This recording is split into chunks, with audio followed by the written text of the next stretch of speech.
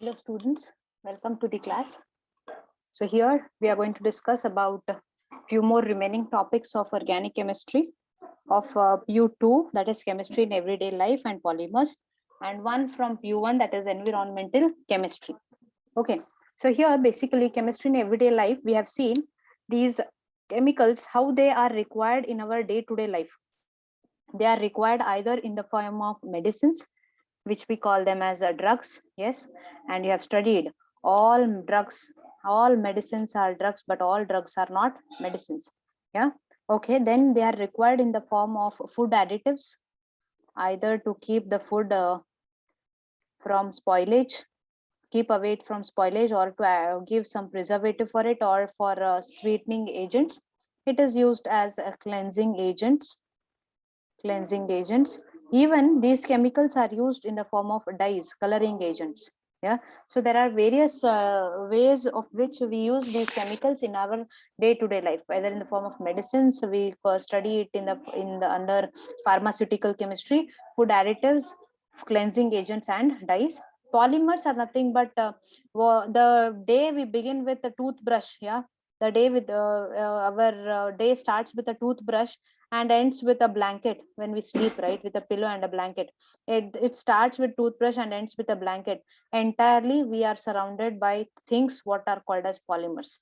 Nothing is natural being used nowadays. Everything is polymers. And environmental chemistry, how this chemistry is supporting environment, either is it a boon or a curse. Mostly here we study about the pollutions only, pollutions and various types of pollutants.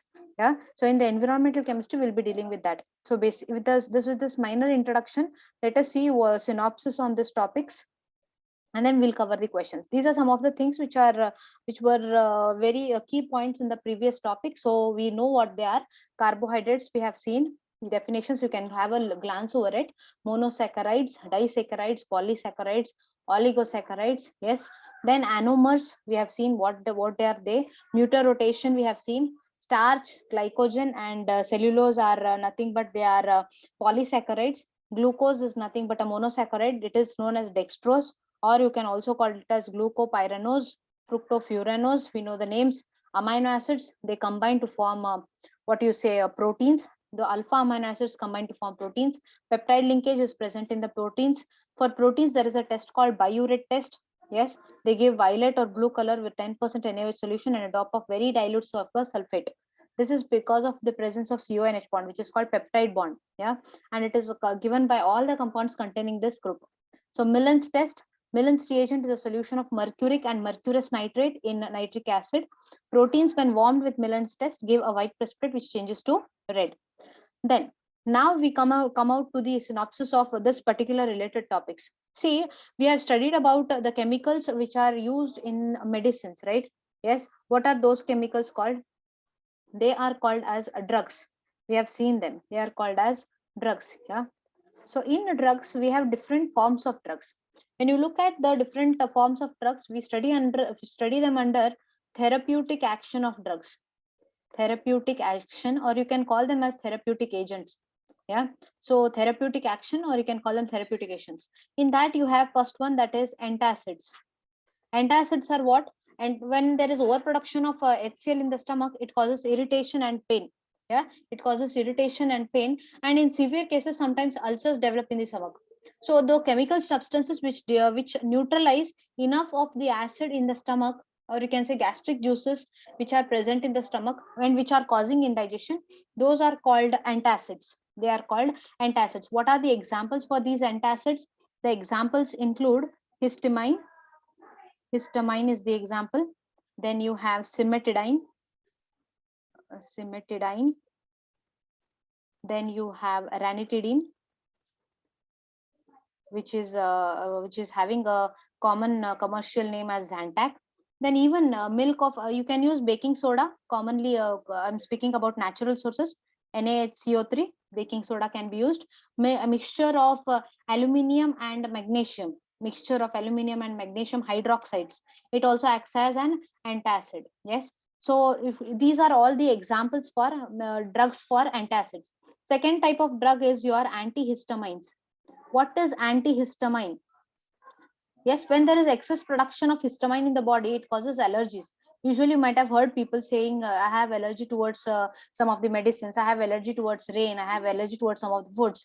That is because of the sensitivity present in the body. Yes, when that sensitivity increases, we call it as hypersensitivity, and that hypersensitivity is nothing but allergy. What it is nothing but allergy. So and it is due to release of histamine in the body. When histamine gets released in the body, allergy happens, and that we call it as a severe or hypersensitivity. To fight against this hypersensitivity, we have the drugs, and those are called as antihistamines. Yes, you have example like bromopheniramides. Yes, in bromopheniramides you have dimetane is there. Then you have terfenadine under the name Seldane. So these are all antihistamines. Moving to the next one, you have tranquilizers. These are studied separately. So this is antacids and antihistamines. Next set of medicines are neurologically active drugs. Neurologically active drugs. The name itself states neurologically active drugs means those which are related to brain and mental functioning. Yes, under that you have two forms. One is tranquilizers. I'm sorry, one is tranquilizers, and another one is analgesics. Yes, tranquilizers are nothing but these are the drugs which are used for treatment of say stress, fatigue. Yes, treatment of stress, fatigue, mild severe mental diseases, anything, they are being administered. They are also called psychotherapeutic drugs. Tranquilizers are also called psychotherapeutic drugs. And one important form which comes under tranquilizers are barbiturates. They are all called barbiturates. Or you call them as hypnotic. They induce sleep. Usually when we these neuro tranquilizers, they induce sleep. Example, barbituric acid, you have chlorodiphys you have vanillium, you have serotonin, you have mefrobamte, we have, yes, chlorodiazopoxide and mefrobamte. They are relatively mild tranquilizers suitable for relieving tension. Yes, if you take equanalin, there is another barbiturate, equanalin.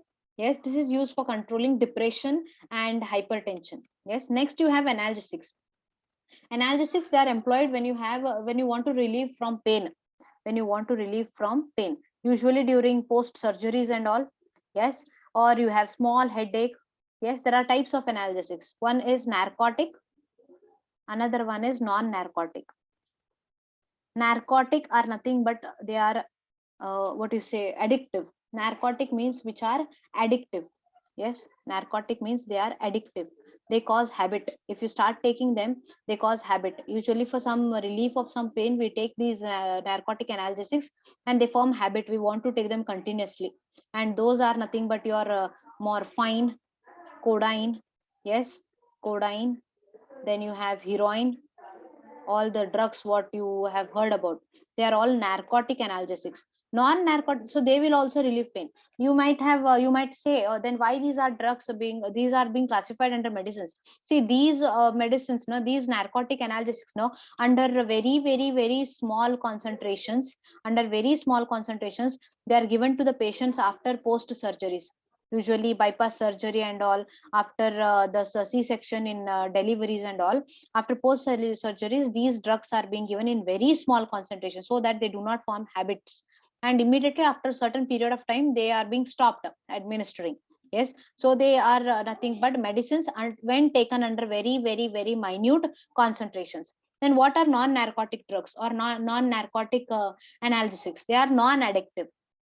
They do not form habit. Example, when you have pains in your body or like in your muscles and all, you take painkillers, right? The painkillers like you take aspirin, you take diclofenac sodium, you take paracetamol. These are all what? These are non-narcotic. Yes, they will help in reducing body temperature.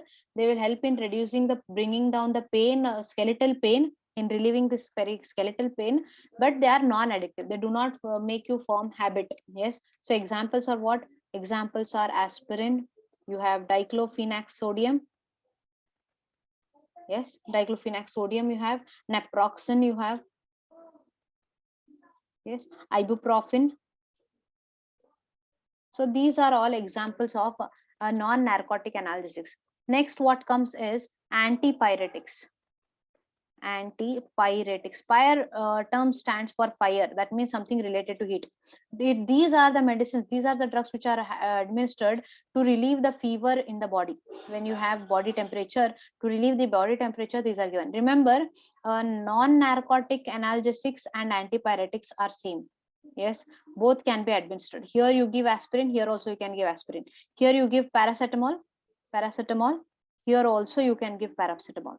Here also you can give paracetamol. Yes, so paracetamol, then phenacetin.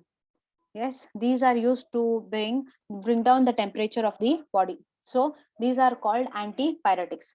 Apart from this, to fight against a certain microorganisms, when there are any diseases related to microorganisms, antimicrobials are administered. Antimicrobials. Yes, in this antimicrobials, so what are these antimicrobials? These are the drugs which are used to cure diseases caused by microorganisms such as bacteria, viruses, fungi, and all. Yes, so in my antimicrobials, we have antibacterials, bacterials which fight against bacteria. Then we have antifungal. Usually we have these creams, antifungal creams when you have skin infections and all. And then we have antiviral, which are nothing but antibiotics. Yes, antibiotics. So if you look at this, there was the first for the first antimicrobial developed. The first antimicrobial developed for the was by the name Salvarsan. This was the first antimicrobial developed for the treatment of syphilis, the disease related to male reproductive organ.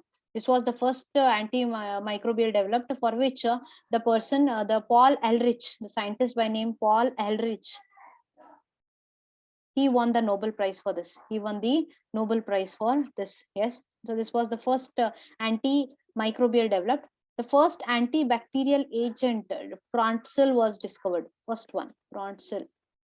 This was the first antibacterial discovered. Yes. Okay. Then we have antibiotics.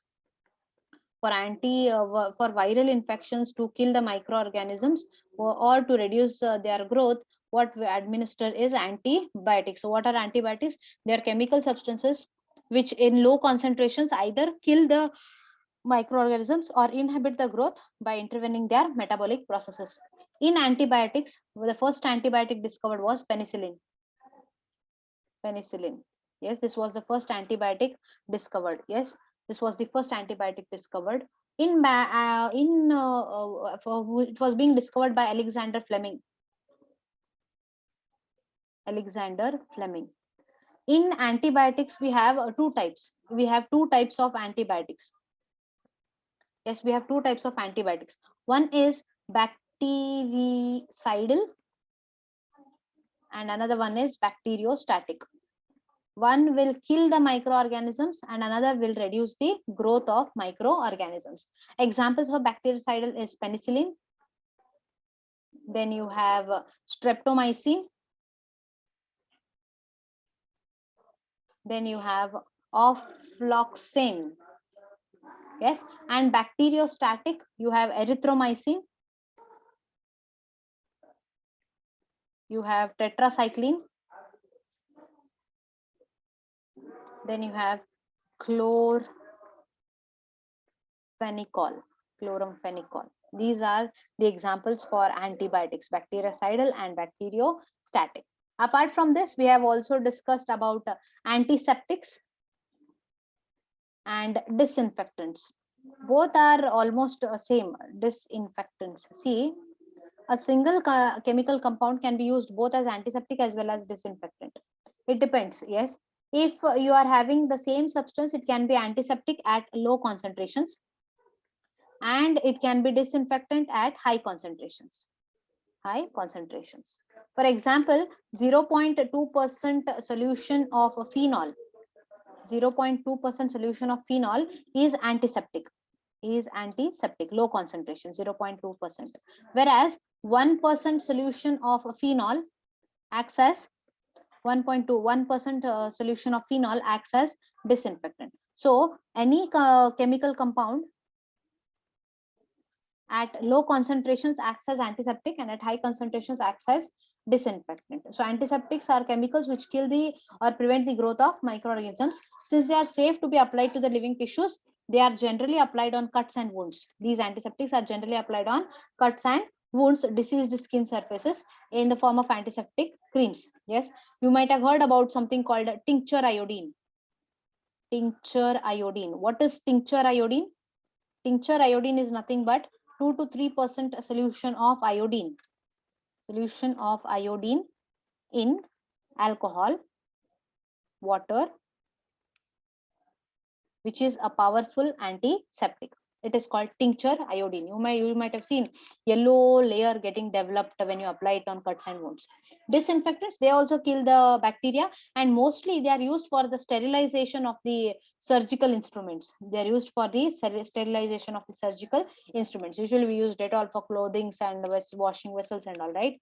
So compounds such as phenol, cresol, hydrogen peroxide, and even your chlorine act as disinfectants. Yes.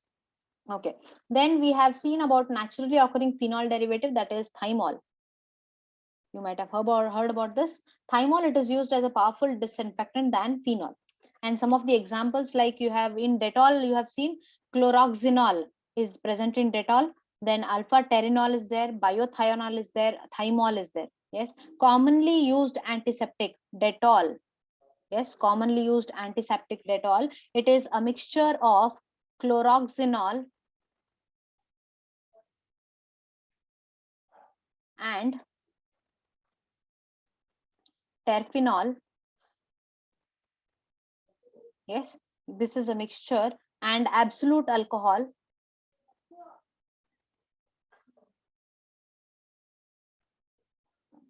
Yes, all these are present in Dettol. 0.2 to 0.4% ppm, you say, not percent, ppm chlorine is used as a disinfectant. It is used as disinfectant for drinking water. Low concentrations of sulfur dioxide is used for sterilizing and preserving the squashes. Bithionol, when added to soaps, imparts antiseptic properties and eliminates undesirable odors resulting from bacterial action. Yes, okay. Then we have some drugs called anti-fertility drugs. This was the last set what we had discussed. What are anti-fertility drugs? Yes, anti-fertility related to reproduction. Chemical substances which are used to control the female menstrual cycle or the ovulation, thereby checking the pregnancy in women. They are called anti-fertility drugs, or you can even call them oral contraceptives, or you can call them birth control pills. Yes, so it is essential. It is essentially what a mixture of estrogen and progesterone derivatives. Some of the commonly used pills, they contain norethindrone, a progesterone derivative. Novastrol is there. Ethinyl stradiol is there. Estrogen, you can call. All such drugs are expected to have side effects. Remember, anti-fertility drugs have to be taken only under the administration of the medical advice should be there of your doctor. Then only they have to be administered, because most of the anti-fertility drugs, they have side effects. Yes, mifepristone is the synthetical steroid that blocks the effect of progesterone and is used as morning after pill in many of the countries. Yes, mifepristone. It is used as morning after pill. So these are the examples of various chemicals which are used as medicines. Okay. So this is about chemicals which are used as the medicines which act as drugs. So here are some of the things given also. So chemicals with substances that are used in bringing down the temperature of human body in high fever are known as antipyretics. Aspirin, paracetamol, analgin, phenacetin are the examples. Chemical substances which are used for the cure of mental diseases are known as tranquilizers. Yes, analgesics are the chemical substances which are used for relieving pain. Aspirin, analgin again. And anesthetics are the drugs which produce loss of sensation. Cyclopropane, nitrous oxide, xylocaines, these are the examples. Sedatives, they act as depressants and suppress the activities of central nervous system. Their high doses include sleep. Examples Valium, barbiturates. These are nothing but anesthetics, and the sedatives are nothing but tranquilizers. Then we have antidepressants. They produce a feeling of well-being and confidence in a person of a depressed mood. These are also called mood booster drugs. Ritalin, cocaine, etc. are the examples. These shouldn't be administered at high concentrations, and shouldn't be administered for a long duration of time, because they might be habit forming. Now, then we have discussed about, now we have polymers. So what are basically these polymers? They are compounds. Just here, these are just key words, what you can say. Then we'll discuss them one by one. They are compounds of high molecular mass formed by the combination of large number of small molecules called monomers. Linear we have, branched we have, then cross-linked we have. Free radical polymerization generally occurs at high temperature and under pressure in the presence of small amount of organic peroxides. It is peroxides. In chain termination, the long chain free radicals may either combine by coupling or by disproportionation, leading to the final product. So disproportionation is caused by the acceptance of one hydrogen atom by one free radical from the other, which is converted to an alkene. So these are nothing but the keywords which are being used here. Cationic polymerization normally occurs in acidic medium in the presence of protonic acids or Lewis acids. Remember, cationic polymerization, either it occurs in the presence of protonic acids, which give protons, HCl, H2SO4, like that, or in the presence of Lewis acids, AlCl3. Please ignore the first paragraph, because that is related to the last topic what we had discussed. Chemistry in action, you can see. Analgesics, they are used as painkillers. Aspirin is an important analgesic. Some other analgesics are Novalgin, butazolidine, brufen. Yes, you can look at the structures of these compounds also. Aspirin, we have seen method of preparation of aspirin also. It is acetyl orthoacetyl, or you can say 2-acetyl salicylic acid, right? Then antibiotics, they are the compounds which are prepared by microorganisms and which restrict the growth of other microorganisms or destroy them. Alexander Fleming first discovered the antibiotic medicine, that is penicillin, from Penicillium notatum fungi. That is the structure of penicillin. It might be asked, students. Penicillin is an effective drug for pneumonia, bronchitis, sore throat, etc.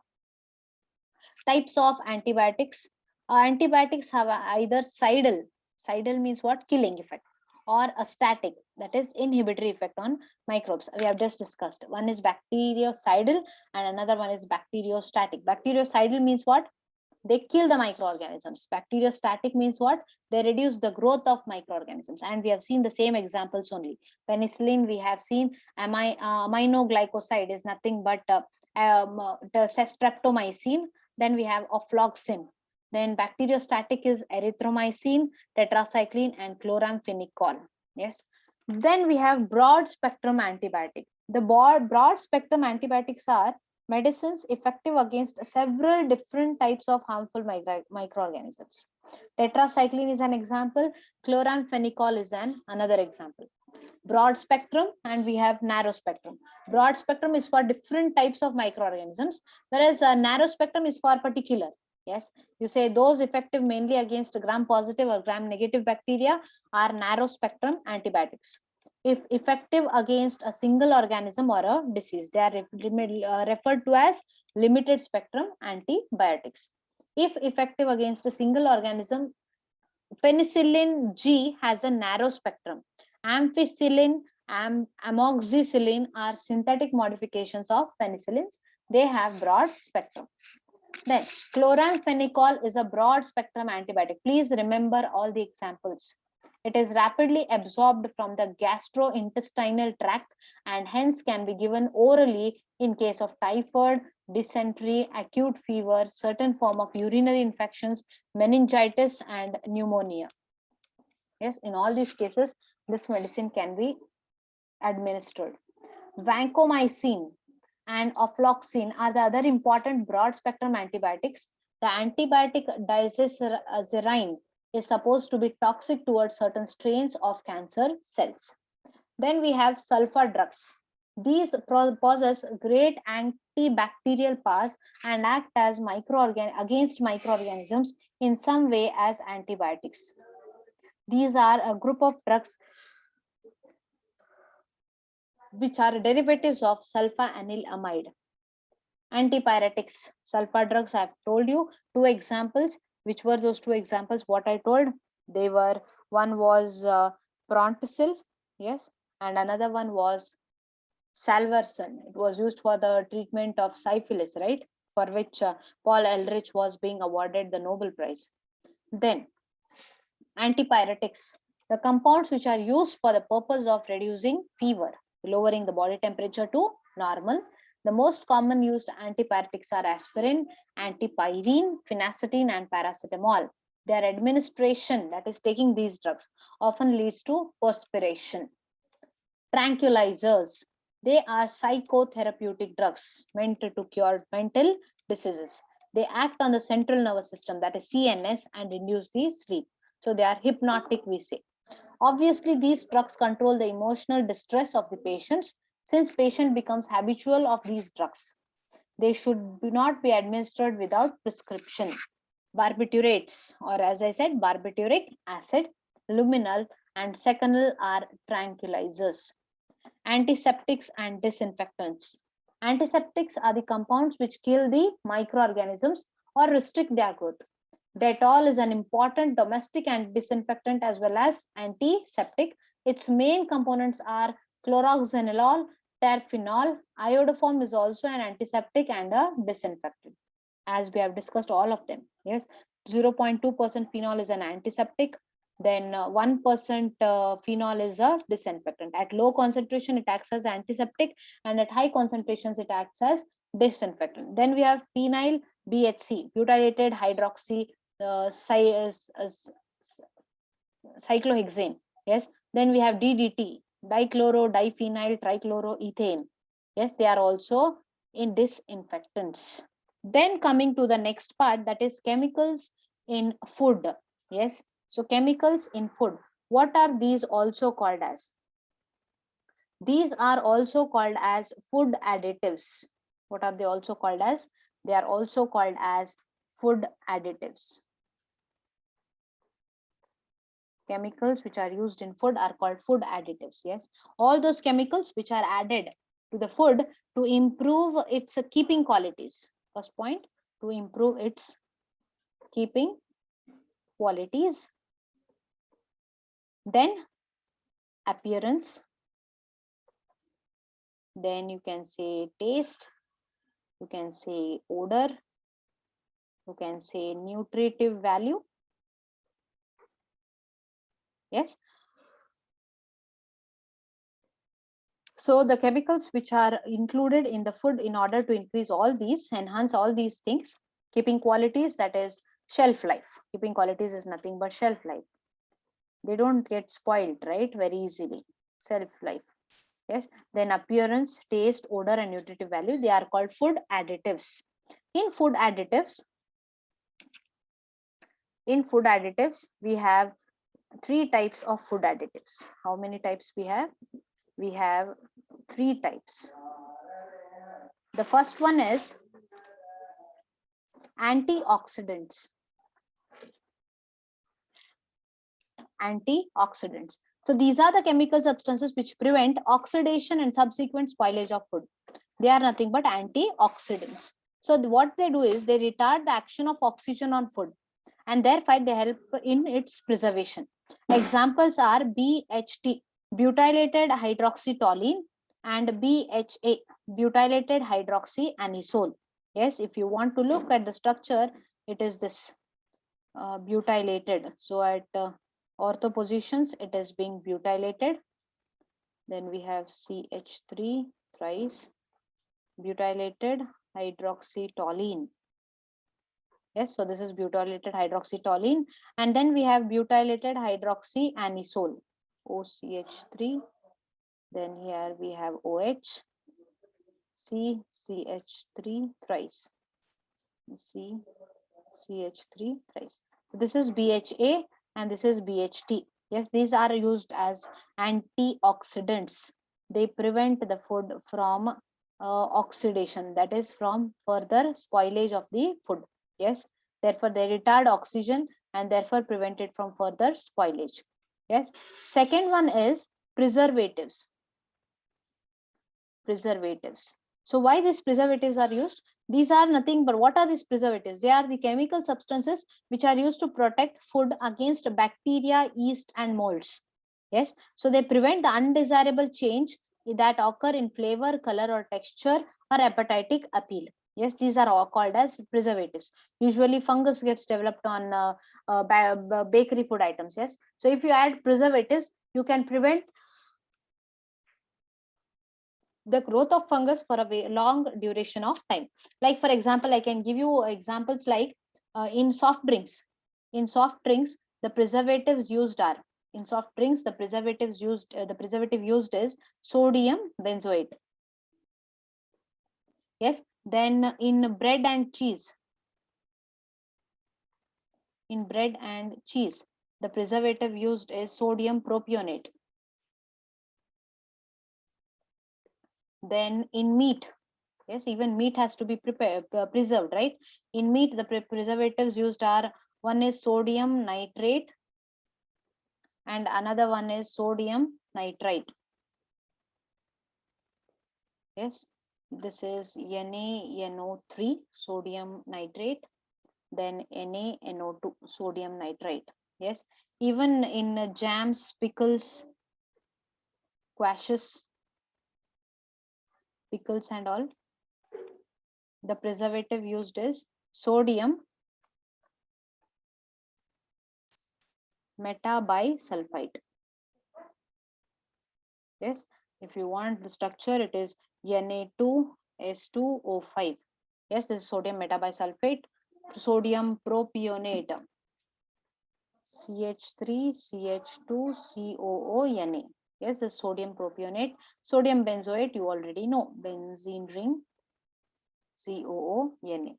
So these are all the preservatives which are used for preserving the food items from getting it spoiled from bacteria, fungus and all. Yes, so these are the chemicals which are used as food preservatives. Okay, and I've told you also which are the chemicals being used for preserving different food items also. Yes, then the next type of food additive is a very important type. Instead, it is used for what you say, for various purposes, that is artificial sweeteners, or you can call them sweetening agents. Yes, so these are nothing but they contain very less, or you can say no calorific value. Yes, this hence they control the intake of calories, and therefore they are known as artificial sweeteners. The first artificial sweetener developed was saccharin. It had the structure almost similar to sugar, therefore it was called as saccharin, because sugars are called saccharides, right? Usually they are given to the what is a diabetic patients, because they contain zero or less, very less, or no calories, you can say calorific value is not there. Then others used are aspartame we use. Yes, there is another one, aspartame, artificial sweetener. This is most widely used artificial sweetener. It is a dipeptide formed from aspartic acid and phenylalanine.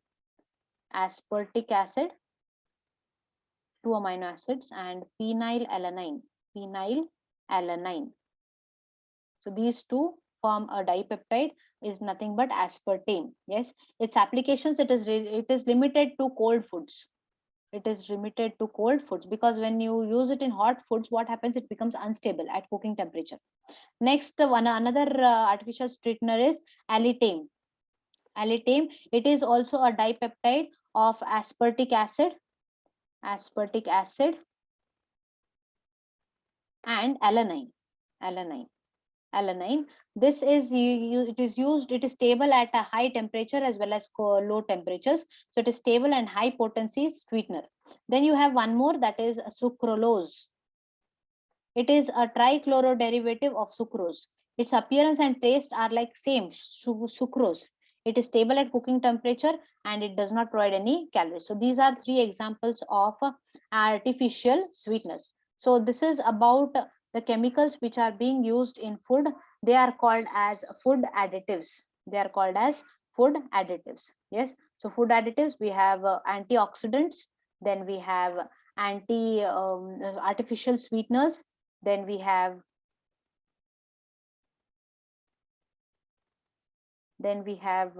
artificial sweetening agents. Yes. So chemical preservatives, some chemical substances which are added to food materials to prevent their spoilage are known as chemical preservatives. In our country, two chemical preservatives which are permitted for use are sodium benzoate, I've told you it is used in soft drinks, and potassium metabisulfite. You can use sodium also. It is used in jams, squashes, and pickles. Benzoic acid, or it's a salt, sodium benzoate, commonly used for preservation of food materials. In some countries, their use is restricted. Synthetic sweeteners, or you can call them as artificial sweeteners. Synthetic sweeteners are 100 times more sweet than normal sugar, but their calorific value is 0. Saccharin, it is used in place of sugar. It is 400 times more sweet than sugar. It's used for diabetic patients. Sodium saccharin, it is also used in place of sugar. It is 500 times more sweet than sugar. Then antioxidation for food products. Some chemical substances are used for food substances which are antioxidants. Examples, cystine. Butylated hydroxyanisole is called cystine. 2,6-ditertiary butyl picresol. It is nothing but BHA, BHT, butylated hydroxytoluene and butylated hydroxyanisole. Coming to the next one, that is nothing but the chemicals which are used as cleansing agents, which are used as cleansing agents, cleaning agents. Yes, the cleansing agents are nothing but chemicals which remove dirt, dust, oil, grease from the fabrics from surface of solid in water. And which are those two cleansing agents? They are soaps and detergents. They are soaps and detergents. So they have been used as cleansing agents for more than hundreds of years. Yes. So now what are soaps? They are sodium or potassium salts of fatty acids. That is long chain carboxylic acids. Yes. You can have example like lauric acid. Lauric acid is nothing but C11H23COOH, C long chain carbon atoms. They are called fatty acids. Then you have palmitic acid, that is C15H31COOH. Then you have stearic acid,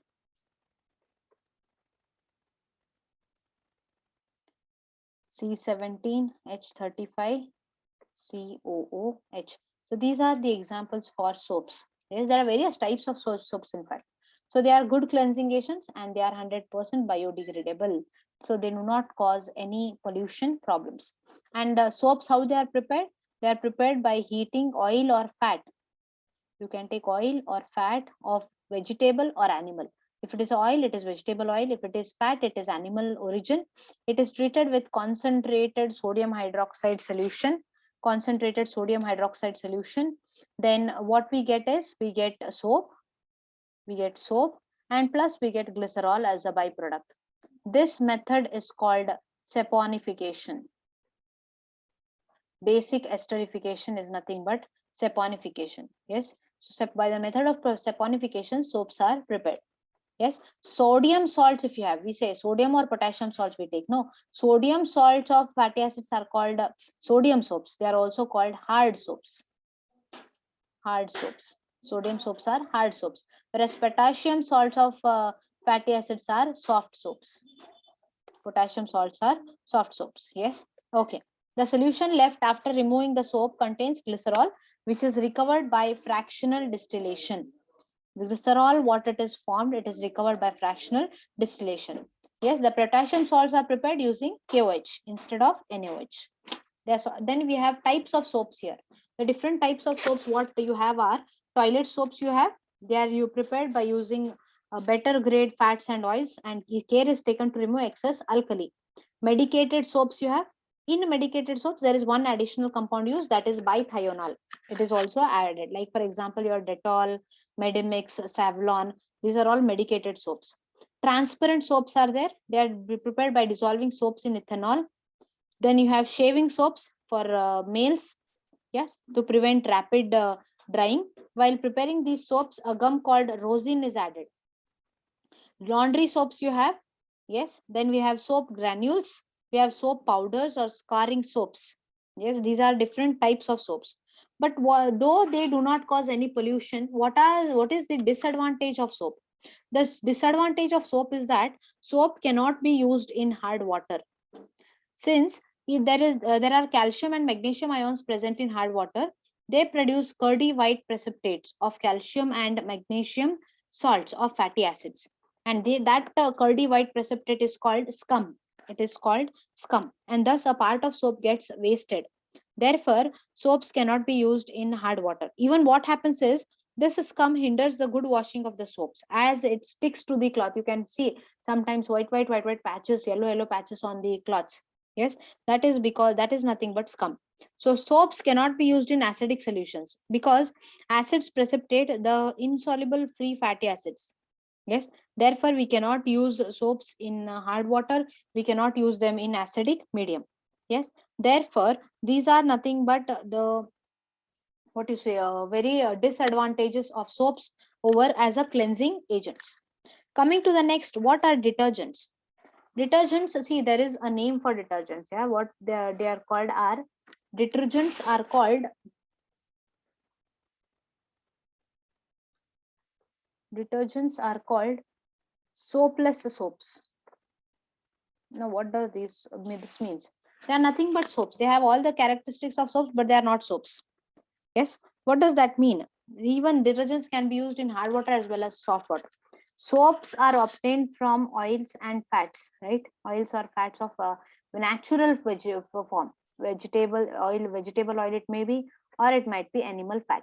Yes, whereas detergents, they are obtained from organic compounds. Detergents are obtained from organic compounds. So therefore they are called soapless soaps. In detergents, you have three types of detergents. One is anionic detergents. What are anionic detergents? Yes, they are sodium or salts of long chain alkyl benzene sulfonates. Long chain alkyl benzene sulfonates. Yes, or sodium and potassium salts of long chain alkyl hydrogen sulfates. Long chain alkyl hydrogen sulfates. They are anionic detergents. Example, you have alkyl benzene sulfonate, alkyl benzene hydrogen sulfates. Yes, so these alkyl benzene sulfonate detergents in which phenyl group is attached to unbranched long chain alkyl, they have strong biodegradability.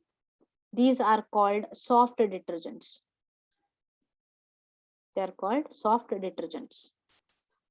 Yes, whereas these detergents, they are called hard detergents. So we have anionic detergents. What are cationic detergents?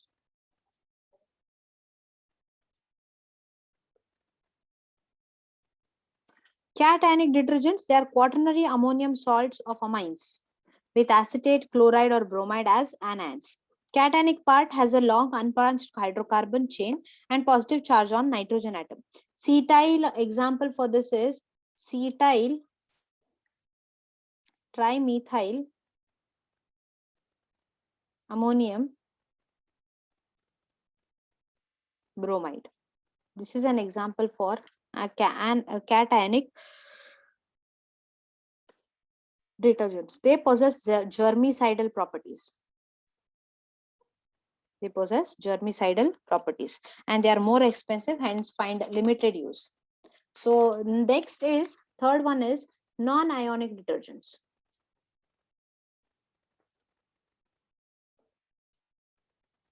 Non-ionic detergents. So these detergents do not contain any ion in their constitution, but they possess ester or hydroxy groups, which are nothing but polar groups, and they form hydrogen bond with water and therefore they are soluble. Yes, so they are used liquid dishwashings you have, those are nothing but non-ionic detergents.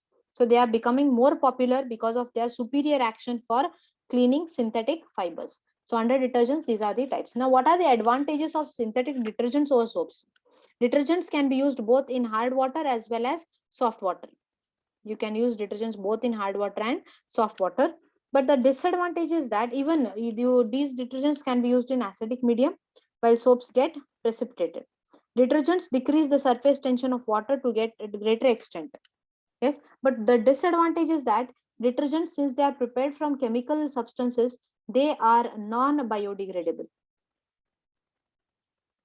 They are non-biodegradable. They cannot be decomposed.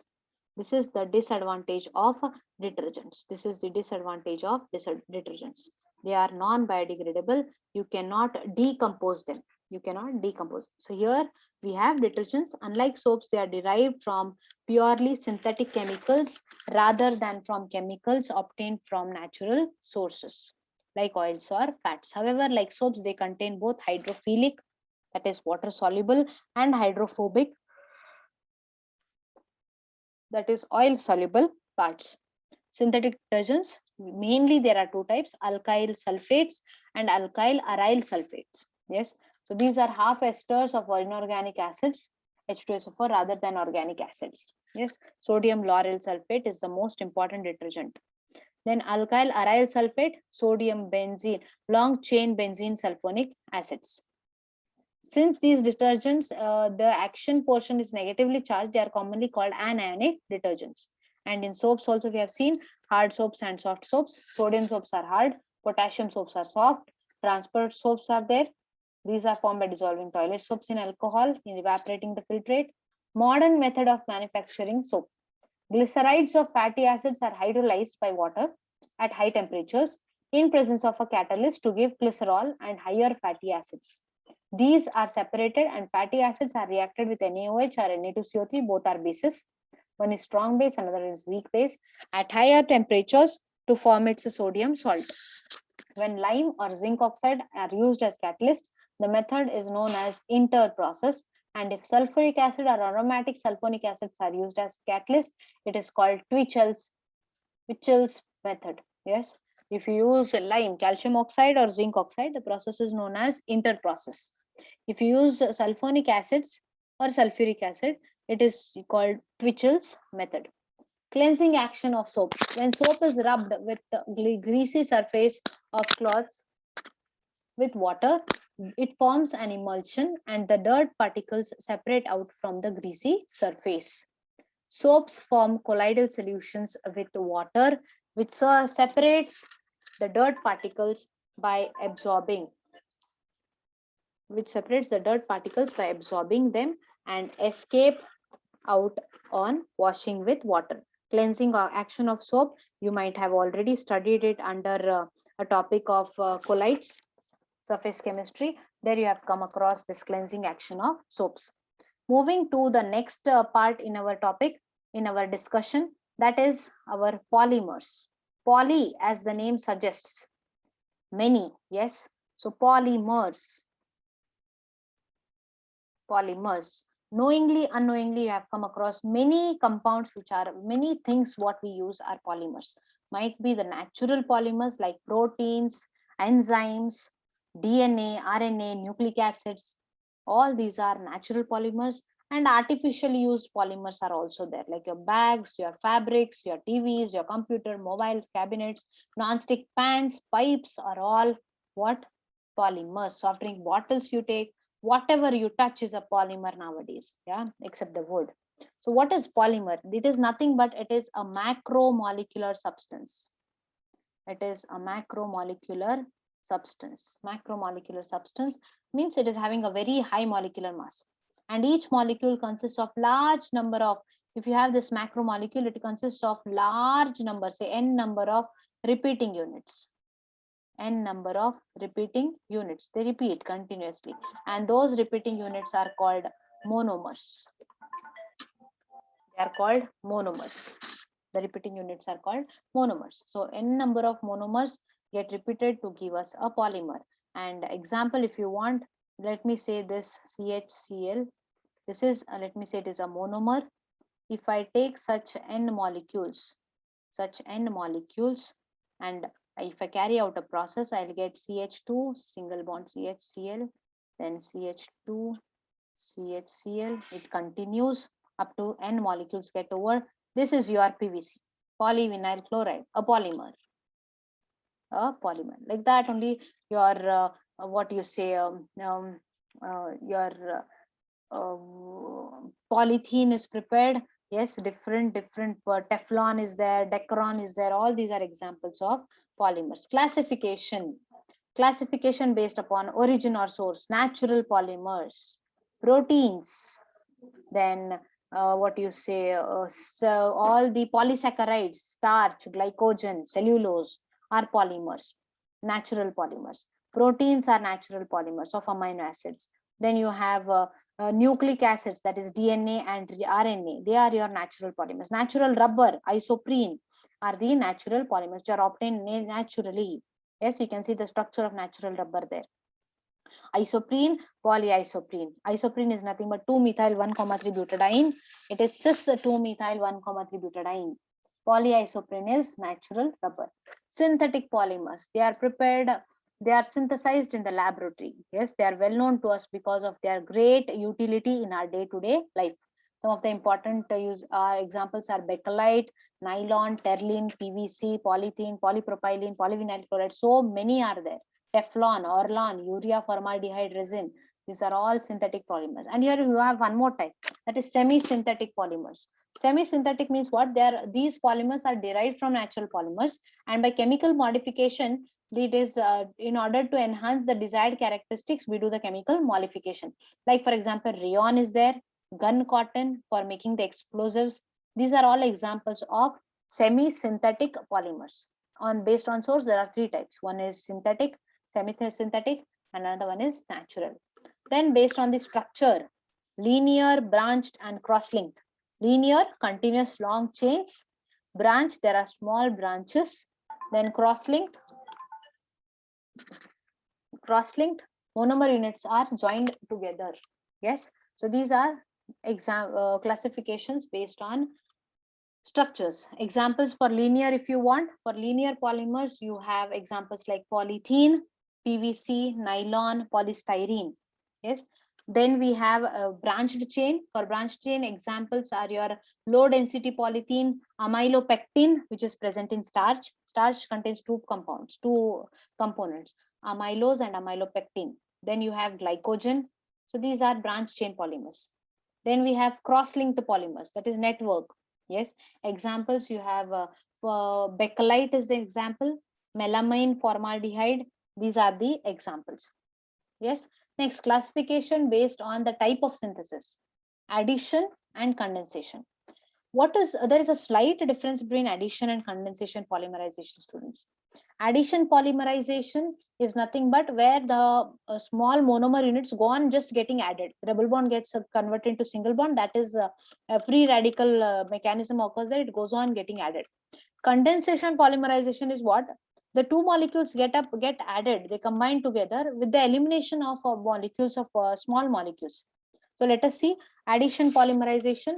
In addition polymerization, the unsaturated monomeric molecules undergo repeated addition reactions in the presence of catalysts like O2, or you can use organic peroxides, Ziegler-Natta catalysts, to form polymeric molecules. Some examples of addition polymers are polythene from ethylene, polypropylene from propylene, polyisoprene from isoprene. What is polyisoprene? It is natural rubber. Yes. Okay. Then condensation polymers. Condensation polymerization normally takes place by condensation of two molecules, monomeric molecules. Each monomeric molecule has got some reacting group, and which gets removed in the form of small molecules, resulting in lengthening of the chain. So addition polymerization is an example of chain growth polymerization, whereas condensation polymerization is an example for step growth polymerization. Yes, terline is an example. Then we have many examples. We'll see them. See, there is example here, terline. See, there are the reactive groups COH and OH. There occurs the elimination of water. Example of esterification reaction. COO bond comes, ester is being prepared, and that is nothing but your terline. In condensation polymerization, the monomeric molecules join each other step by step and not by chain process. Thus, condensation polymerization is also known as step growth polymerization. Examples are there. Terphthalic acid and ethylene glycol combine to form terylene. Adipic acid and hexamethylene diamine combine to form nylon 6,6. Phenol and formaldehyde combine to form bakelite. Urea and formaldehyde combine to form urea formaldehyde resin. Natural rubber, please do remember this. If you see natural rubber, it is from a monomer that is isoprene. There are various other ways of classifying also. Based on the molecular forces, we have classification of polymers based on the molecular forces. What type of molecular forces are acting? Yeah. Based on that, we have examples of elastomers. Elastomers, they have intermediate forces between the chains, are weakest with few cross linkages, and they are called elastomers. They help the polymer to regain its original position after the force is released. Example, your butadiene, SBR, Buna N, Buna S we have. Yes. Then we have fibers, thread-like forming solids. They possess high tensile strength and high modules. Then you have thermoplastics. Then we have thermosetting plastics. So thermoplastics, they soft and melt on heating and become hard on cooling. So here the process is reversible. The process is reversible. Yes. Here thermosetting, they become very hard on heating and the process is irreversible. Irreversible. Yeah. So thermoplastics, they can be molded, they can be remolded, and they can be reshaped. Whereas thermosettings, they cannot, once they are molded, they cannot be remolded or reshaped. These are examples for addition polymers. These are examples for condensation polymers. Here the structures are linear. Here the structures are cross-linked. Cross-linked. Because of the structures only, they possess these properties. So this is based upon the type of forces present in the monomers and even in the polymers. Even you have another type of polymers here, that is based upon the nature of monomers. They are homopolymers and another one is copolymers. I'll just show you an example. Looking at the example only, you can guess what they are. Homopolymers, see, CH2 double bond CH2. This is ethene. When I take such N molecules and polymerize it, I will get CH2, CH2, such N repeating units. This is polythene. Polythene. Okay. And here I have one more example, like CH2 double bond CH double bond CH2. This is 1,3 butadiene plus let me say I have this double bond CH. This is styrene. Okay, what do I get is when I polymerize this, I'll get CH2, CH double bond CH, then I have CH2, CH, here there is benzene ring, then I have CH2. This continues. This compound is called Buna S. Buna S. Here if you see, there is only one type of monomer used, so homopolymers. Here if you see, there are two types, different monomers are used. N, I'm going to use large number, but two different monomers are used. Therefore, these are called copolymers. So these are various examples, classification of polymers based upon different sources, Yeah. So natural rubber, it is CH2 groups. If you see, they are on the same side. They are on the same side, CH2 groups. Therefore, this is called cis polyisoprene. Isoprene, large number. If we get cis polyisoprene, so this is natural rubber. Gutta percha is when they are on the opposite sides. Here there is CH2, here there is CH2. Opposite sides of the double bond. Then it is trans polyisoprene. Trans polyisoprene is called gutta percha. It is not a natural rubber. Yes. So with this discussion, we'll stop this session here. In the next session, we'll move on to the next examples of polymers. So here I end the session. Thank you.